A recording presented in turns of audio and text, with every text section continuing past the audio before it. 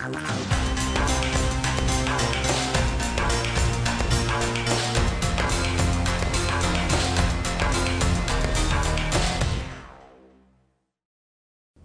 to the Cecil Hurt Show. I'm your host, Chris Ratty. Days away before the football season takes off. We got Hoover staring at us next week. We got Cecil in the studio to talk about your questions. A lot more on the table. Welcome, Cecil. Good to see you. Summer hiatus. Yeah, had a little vacation. Absolutely. Got some work done, but we're about to get back into the swing of things with SEC Media Days. About to rev up, and the hair's going to be on fire for about 6 straight months. Yeah, absolutely. So yeah, we got plenty to talk about here. We're going to dive right in. We've got to talk about SEC Media Days, that you just touched on. Some stuff in the news, as in the SEC, the coaches' preseason selections. Some local news that we put out there yesterday. And then we'll run into some of the forums questions.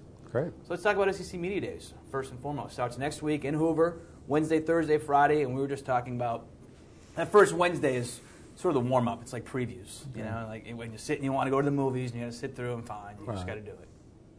Thursday's the big day. Alabama, Florida. But talk a bit about the changes. The event has changed even from 5 years ago. It's now the national kickoff because the SEC has become so dominant nationally, and because there's so much of a clamor for college football, and ESPN has gone to more, college football today, and so many bloggers and so forth. So it's a national kickoff, and you'll see the national names there. And like you say, they'll be there. It's Wednesday. It'll be nice for them to talk to Bobby Johnson from Vanderbilt or whoever they get. But they're waiting on Thursday when they can get Urban Meyer, Tim Tebow, Nick Saban. That's what they're shooting for. Rock star. It's a paparazzi feel to it. Hooverwood. Absolutely. And it's like the Cannes Film Festival and the big stars. The Brangelina, man, they're there on Thursday. That's right. Your last column, can SEC Media go 3 for 3 in their selection of who's going to be atop the division? Last year, they made the right call with Florida. They were way off with the Auburn selection. Yeah, but a lot of the national people last year were picking Georgia. Yeah, they were. I did radio shows after SEC Media Days. They were like, "What are you guys drinking down there, man? Everybody's picking Georgia. Georgia's on the cover of Sports Illustrated. Georgia's on the cover of Sporting News Preview. And how are you picking Florida?" And a lot of people just felt like Florida was a better, tougher football team, and that what would happen with Georgia did happen. That they had some glamorous skill position guys, but that they weren't the team down there in the trenches. This year's team, buzz team, is Ole Miss. Sure. Now, let's do away with any mystery. Florida's going to be picked to win the league, win the East, and win the league. Absolutely. So, if they do, then the media is right. Again, what I'm interested to see is how the balloting breaks down in the West, and how much legitimacy people are given to an Ole Miss team that has not won the conference in 40 years, more than 40 years. Sure. Today, the 40th anniversary of the moonshot. Ole Miss was already they were on the slide when Neil Armstrong stepped down and hadn't bounced back since. But a lot of buzz about them. They certainly will have a capable team. They closed strong last year. So I'm very interested between Alabama, Ole Miss, and LSU as to how that balloting breaks down. Absolutely. I loved your last column. You had a lot of good tidbits, a lot of good little facts. LSU made it to the SEC championship game in every odd number year. 01, 03, 05, 07. They're due. And they've got the team that can do it if the quarterback plays good. So. And what was your comment here? A lot of observers in the SEC knew that while Georgia had glamorous skill position players, but don't all positions require skill? Really? Yeah, sure. What is that term all about? Try and kick a ball. Try and snap it with Terrence Cody on the other side beating on your head. See if that's not a skill. That's right. So we're going to have tons next week. Tide Sports, for the first time, we're going to try some streaming video. We'll see if it works. If it doesn't, we can blame Mullen. We got Mullen behind the camera today. Sean's away. Sean had a baby boy. Wife had a baby boy. Sure.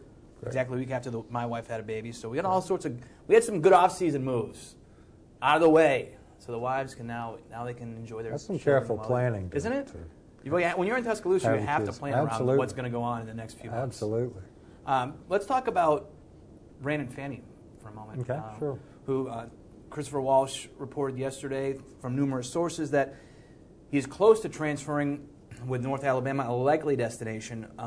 If that does come through, what does that mean to the defense. Well, it's an experienced player if he does it. And I hadn't talked to Brandon. I don't know, you know what he's going to work out. Brandon, missed some time in the spring for off the field reasons that Coach Saban didn't elaborate on. But he might have missed some time in the fall. We don't know. But I think Alabama can physically replace what Brandon brought to the table with guys like Courtney Upshaw, with incoming guys like Nico Johnson. But experience is experience, and it's hard to replace. It is a position that is certainly not lacking talent in Alabama's fold right now. And they could move some people around. Dante Hightower, we don't know exactly what his role in the defense will be. It'll be a big role, whatever it is. The Alabama plays 6 on the first team of the All-SEC preseason coaches team. 9 total, 6 on the first team. We've got Mike Johnson, Julio Jones, one of only 3 unanimous picks. And then on the defensive side, Terrence Cody, Ronaldo McClain, Harry Arenas, and Lee Tiffin, place kicker. Yeah, well deserved for most of those guys. Lee probably be the first to tell you he needs to step up under pressure, have a chance to win some games. He's got the leg. He kicked one 53 yards in the Georgia Dome, I guess. Pretty impressive. Yeah. Pretty impressive field goal there, so he'll be returning to the scene of that and looking to add to that. So it'll be interesting. The other guys, for the most part, they'll be on all the preseason teams. I was interested that Tim Tebow was not a unanimous choice. And I want to talk about that. And I understand Javon Sneed's a good player, but I assume that's where the other vote went. That's I was reading in the forums and someone brought that up. Roll Tide ATL was listening to a sports radio show in Atlanta, 680 The Fan, and Chuck and Chernoff were discussing the All-SEC team selections, and they pointed about Tebow receiving 10 votes for first team and not being a selection. And they did an analysis, and it came to their conclusion that it was Lane Kiffin that did not vote for Tebow. And then went on to talk how he's the only coach with a lack of class and respect that would do that. Somebody responded. Somebody will probably ask him that next week. Yeah, and somebody actually responded and said, pretty sure Kiffin voted for Jesse Scroggins, which I thought was pretty funny as well. So you believe it was Snead that I'd guess he got the other vote. You'd have to assume that. Let's move into some questions from our forums, Cecil, shall we? Sure. Bama Navy, CPO. Ask Cecil if he has any insight as to who may be the backup quarterback in September. I think it'll be a pretty good competition in August. Greg McElroy is definitely ahead, but I don't rule out A.J. McCarron having a chance, incoming freshman. That's a tough thing for a freshman. Star Jackson obviously is the next scholarship guy in line. Sure. Charlie Dara, the walk-on, or excuse me, Tom Dara, who's there. So it'll be interesting, but I don't rule out a freshman having a chance. Kingpin, what impact will new coaches Sal Sunseri and James Willis have on the play of Alabama's linebackers? Be interesting to see. It'll be a change. Sal Sunseri, who's been at Pitt, who I think is an aggressive guy. Alabama's linebackers played very well last year. Nick Saban, it's a Nick Saban defense, and they're going to teach what Nick Saban wants taught. But there's a lot of really talented younger players over there. Whether it's Courtney Upshaw, who we mentioned earlier, or Jarrell Harris, or there's a lot of guys that people are really anxious to see at that position. A lot of incoming freshmen: Nico Johnson, Petey Smith, Tanae Patrick. So it's going to be interesting to see. People are fired up. How one assistant versus another. I think it's all Nick Saban's defense. People are fired up to watch this defense or see this defense start to unfold a little bit because of the combination of returning players and young players coming up.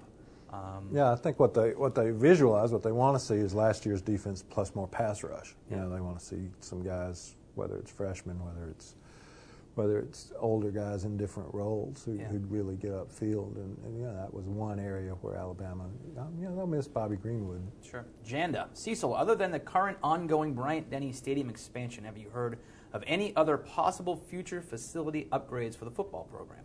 We've made great strides in that area in the past decade or so, and we need to keep ahead of the pack. Well, obviously there's an article on Tide Sports still up about the work that's being done over at the football complex as far as Coach Saban's office, as far as the entryway.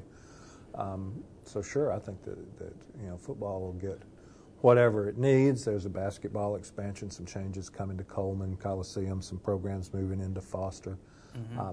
I agree 100% though that this is not a time to sit still for the university. Just completed a capital campaign. Just still the possibility of the Bryce property being acquired, and there are some programs, even some programs where you say, oh, they've got there's some programs, track, swimming, baseball, that need better than what they have.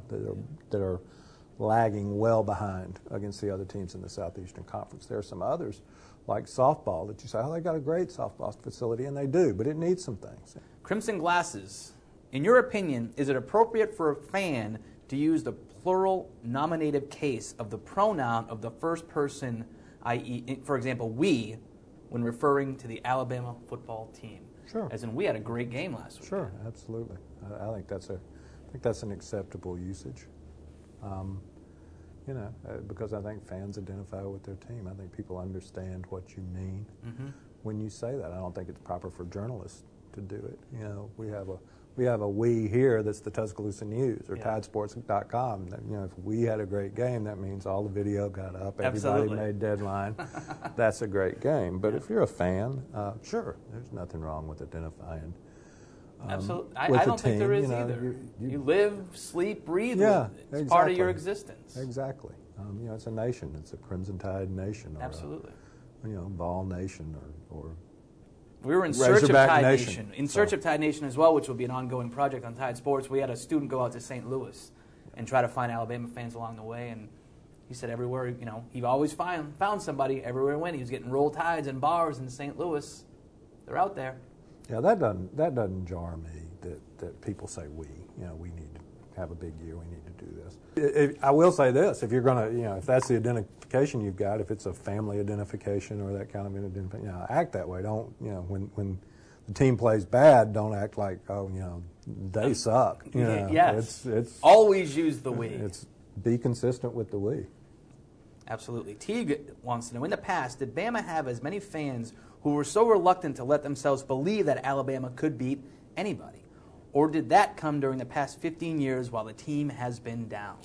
Some hesitancy this year. We think we can win. Because you look at the schedule and it's like they could beat every team. Sure. In the 70s, did Alabama think they could beat every team in the schedule? Sure. In 1956, they didn't think they could beat Tulane or Rice. So it depends on what your recent experience is. Yeah. I think most Alabama fans tend to be optimistic rather than pessimistic. There's always a few pessimists. Some people like to live that life that way because they don't get disappointed. But sure, it's tougher to say we're, as a team, this team's going to win the national championship this year when you hadn't won it since 1992. When in the 70s, when you were winning it every other year.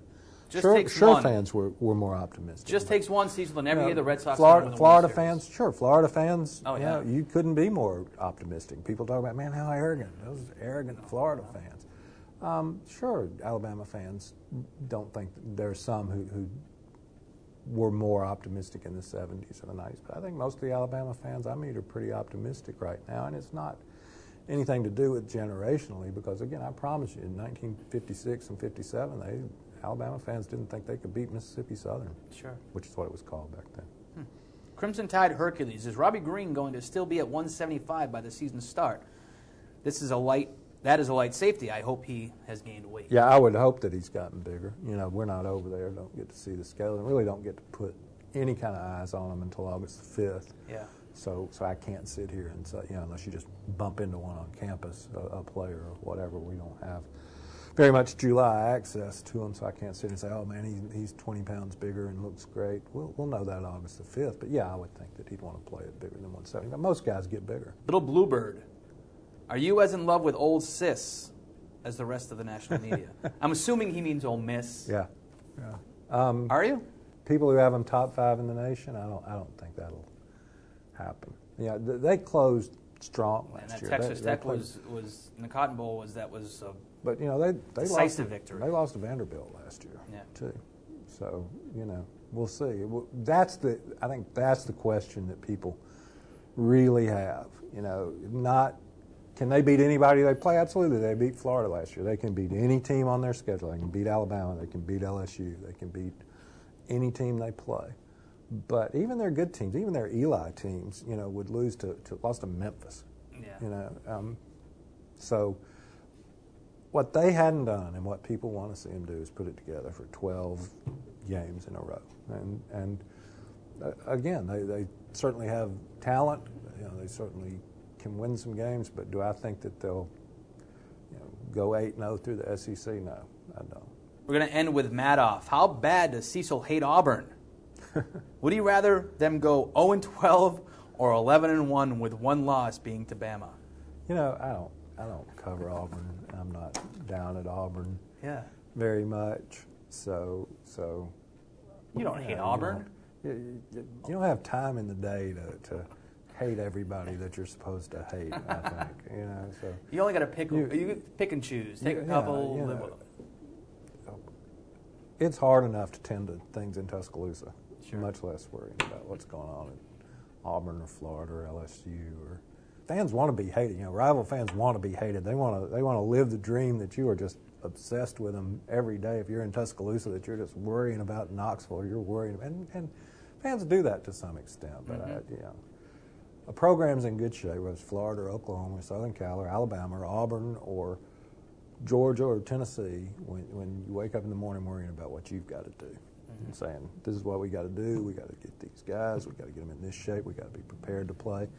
And if we do all that, it doesn't matter what, just like USC, it doesn't matter what Stanford or UCLA or Arizona State does. If we do what we're supposed to do, we'll win. That's right. All right, Cecil, well, I appreciate you coming in, having time to talk with us. Next week's a big week. So I'm sure we'll be touching base in Hoover on many occasions. Until then. Look forward to it. All right, man. Thanks.